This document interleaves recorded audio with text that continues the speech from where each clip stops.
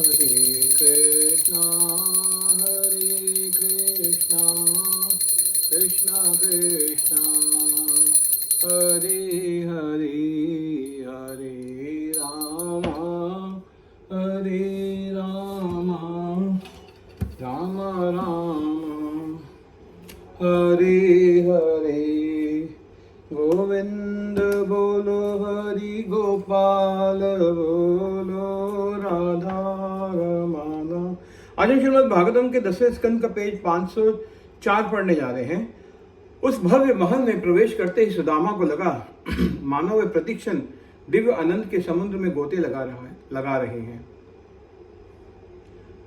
दिव्य आनंद के समुद्र में गोते लगा रहे हैं। सुदामा ने श्री कृष्ण को रुक्मिणी के पलंग पर बैठा देखा। दूर से ही अपने मित्र को पहचान कर श्री कृष्ण दौड़ आए और सुदामा को गले से लगा लिया। अपने सखा के शरीर का स्पर्श करके भगवान आनंद से विह्वल हो गए और उनके नेत्रों में आंसू बहने लगे। सुदामा को रुक्मिणी के पलंग पर बैठाकर श्री कृष्ण ने उनके पैर धोए, फिर उस जल को अपने सर पर छिड़का। तब भगवान ने स्वयं उन्हें विविध प्रकार के फल एवं पेय पदार्थ दिए और उनके शरीर पर अगरू, केसर, चंदन का लेप लगाया। तत्पश्चात श्री कृष्ण ने उनकी आरती उतारी और मधुर शब्दों में उनका स्वागत किया। सुदामा ने जीर्ण वस्त्र पहने हुए थे और उनके क्षीण शरीर से सारी हड्डियां बाहर दिख रही थी, परंतु यहाँ द्वारका में स्वयं लक्ष्मी देवी श्रीमती रुक्मिणी उन्हें पंखा झल रही थी। इस दीनहीन तथा निकृष्ट दिखने वाले ब्राह्मण की ऐसी आभगत देखकर महल के सब स्त्रियां विस्मित रह गईं, परंतु वे समझ गई थी कि ये ब्राह्मण कोई साधारण नहीं है, क्योंकि सामान्यतया केवल रुक्मिणी अथवा बलराम जी का आलिंगन करने वाले श्री कृष्ण ने सुदामा का आलिंगन किया था। एक दूसरे का हाथ पकड़कर श्री कृष्ण और सुदामा अपने बचपन के उन दिनों का स्मरण करने लगे जब वे एक साथ गुरुकुल में अध्ययन करते थे। भगवान श्री कृष्ण ने कहा, सुदामा, गुरु जी को गुरु दक्षिणा देकर घर लौटने के बाद तुमने किसी सुयोग्य पत्नी से विवाह किया या नहीं? मैं भली भांति जानता हूं कि यद्यपि तुम गृहस्थ हो, फिर भी तुम्हारा मन सांसारिक इच्छाओं से विचलित नहीं होता और न ही तुम्हारा धन संग्रह में कोई रुचि है। क्या तुम्हें याद किस प्रकार हम एक साथ गुरुकुल में रहा करते थे?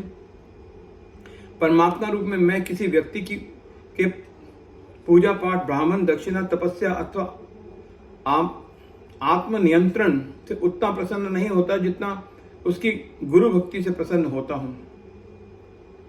शायद तुम्हें स्मरण होगा कि एक बार हमारे गुरु माता ने हमें जंगल से लकड़ी लाने के लिए भेजा और जब हम जंगल से लौट रहे थे तो एक भयानक तूफान आ गया। धूल उड़ने के कारण हम अपना रास्ता नहीं खोज पाए और फिर कुछ समय में बिजली की गड़गड़ाहट के साथ बारिश होने लगी। प्रतीत होता था मानो प्रलय हो जाएगी। याद है सुदामा, उस समय हम कितने डर गए थे। उस घनघोर अंधेरे में हमने एक दूसरे का हाथ पकड़कर सारी रात गुजारी। सूरज उगने पर जब हमारे गुरुजी ने देखा कि हम दोनों गुरुकुल में नहीं हैं, तो वे तुरंत अपने कुछ शिष्यों के साथ हमें ढूंढने के लिए निकल पड़े। अंततः हमें देखकर उन्होंने कहा, पुत्रों, तुमने मेरे लिए कितने कष्ट सहन किए हैं। प्रत्येक प्राणी को अपना शरीर अत्यंत प्रिय होता है, परंतु अपना यह शरीर मुझे समर्पित करके तुमने अपने सुख की भी कोई परवाह नहीं की। तुमने एक सच्चे शिष्य का कर्तव्य को अच्छी तरह निभाया है और अपने प्राणों सहित अपना सर्वस्व गुरु को समर्पित कर दिया। मैं तुम दोनों से अत्यंत प्रसन्न हूँ। मेरी यही कामना है कि तुम्हारी सब इच्छाएं पूरी हों और तुमने जो कुछ भी सीखा है तुम्हारी स्मृति में वे सदैव तरोताजा बना रहे।